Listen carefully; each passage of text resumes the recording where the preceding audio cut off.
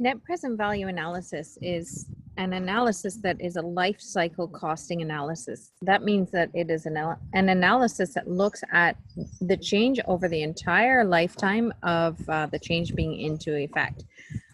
The net present value analysis is the difference between the present value of all the cash inflows and the present value of the cash outflows over time N.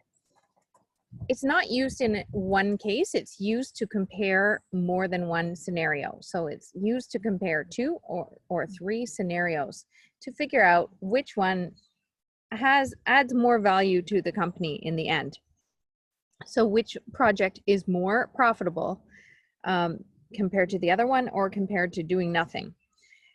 So you calculate net present value analysis is this. It is the present value of the savings minus the present value of the cost. So you can look at two options, do present value of savings minus present value of cost for each of those options and see which one has higher value. The one with a higher net present value adds more value to the company. So we're looking for higher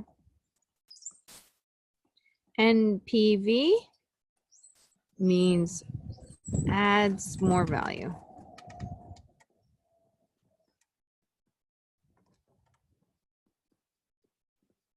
So you want a high net present value result. If it's zero, there's no gain or there's loss. And if net present value is negative, then you really shouldn't do it because it actually takes value away from the company. So let's look at an example. And in this example, there are two installation thicknesses being considered. Which one's a better choice if you really want 15% return on investment? So you see problems like this all the time. You're comparing, buying one car versus the other car. And sometimes it's not evident because, one thing might cost more up front, but cost less to run. So this is the same thing. You have 25 millimeter thickness, cost $10,000, but if you upgrade to the 50 millimeter thickness, it's going to cost you $15,000. So you're paying a premium for a better product here. But the product that was cheaper gets you $3,000 a year in energy savings. Not bad. If you pay that premium, it's going to get you $4,500 in energy savings each year. So you run across this all the time. Do you want to upgrade to the higher efficiency furnace? It's going to save you a little bit more per year, but is that worth it? Because it's a lot more money up front, that type of thing.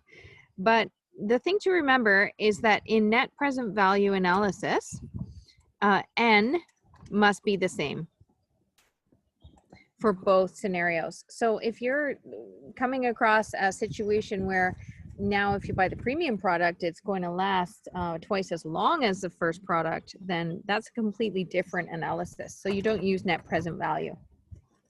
So here the N is the same, so we can use net present value analysis, and we really have three choices. We can do nothing. We can do option 1, or we can do option 2. So let's look at these cases. If we do nothing, then that means net present value by definition is 0. The net present value of making no change is 0, so I want you to remember that definition. If we do option 1, net present value of option 1 is, well, the formula for net present value, it's the present value of savings minus the present value of the cost. And same with option 2. Net present value for option 2 is net present value for savings minus it's present value of savings minus present value of cost.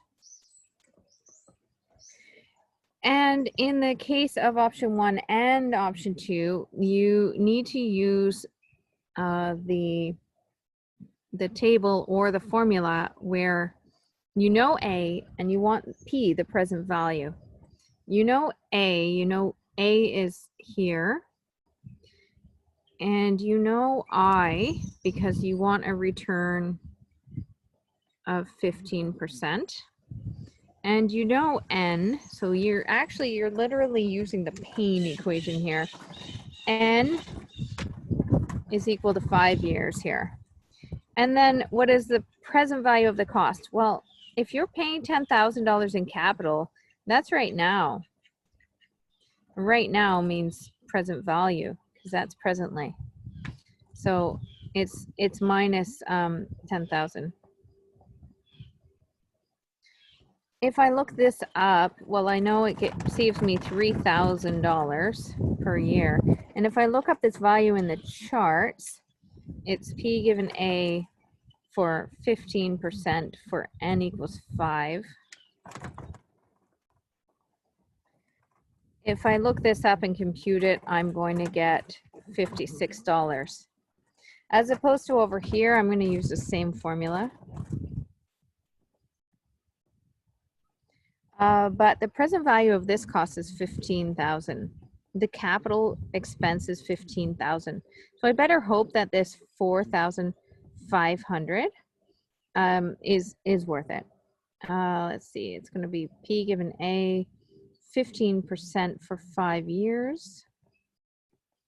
And if I compute this one, I'm going to get $84. Quite honestly, I didn't use the tables. But so you might have a slightly different, you know, to the cents, to a fraction of a dollar difference. So let's look at the result here. What does this say to us? Net present value of doing nothing is 0 by definition. If I choose the first option, the cheaper option, my net present value is $56. My net present value of the option 2 is $84. So my conclusion is choose, so this is higher value.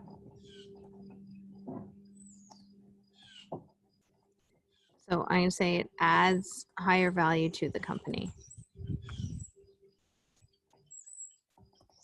So therefore, choose option 2.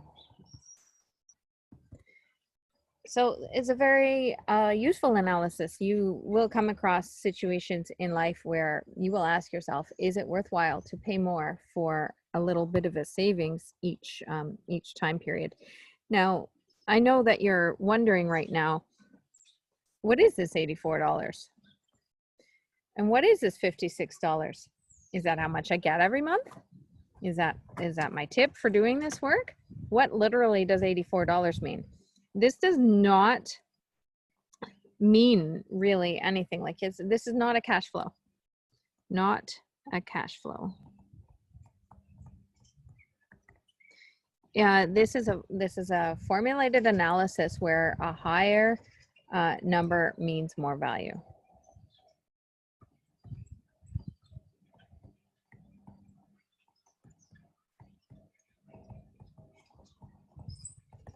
So higher net present value equals better. So it's not something where you're going to walk into your plant manager's office and she's going to ask you how much this savings is going to save her. You're not going to say, oh, $84. It's just for analysis purposes where you're comparing two numbers. So that's net present value analysis.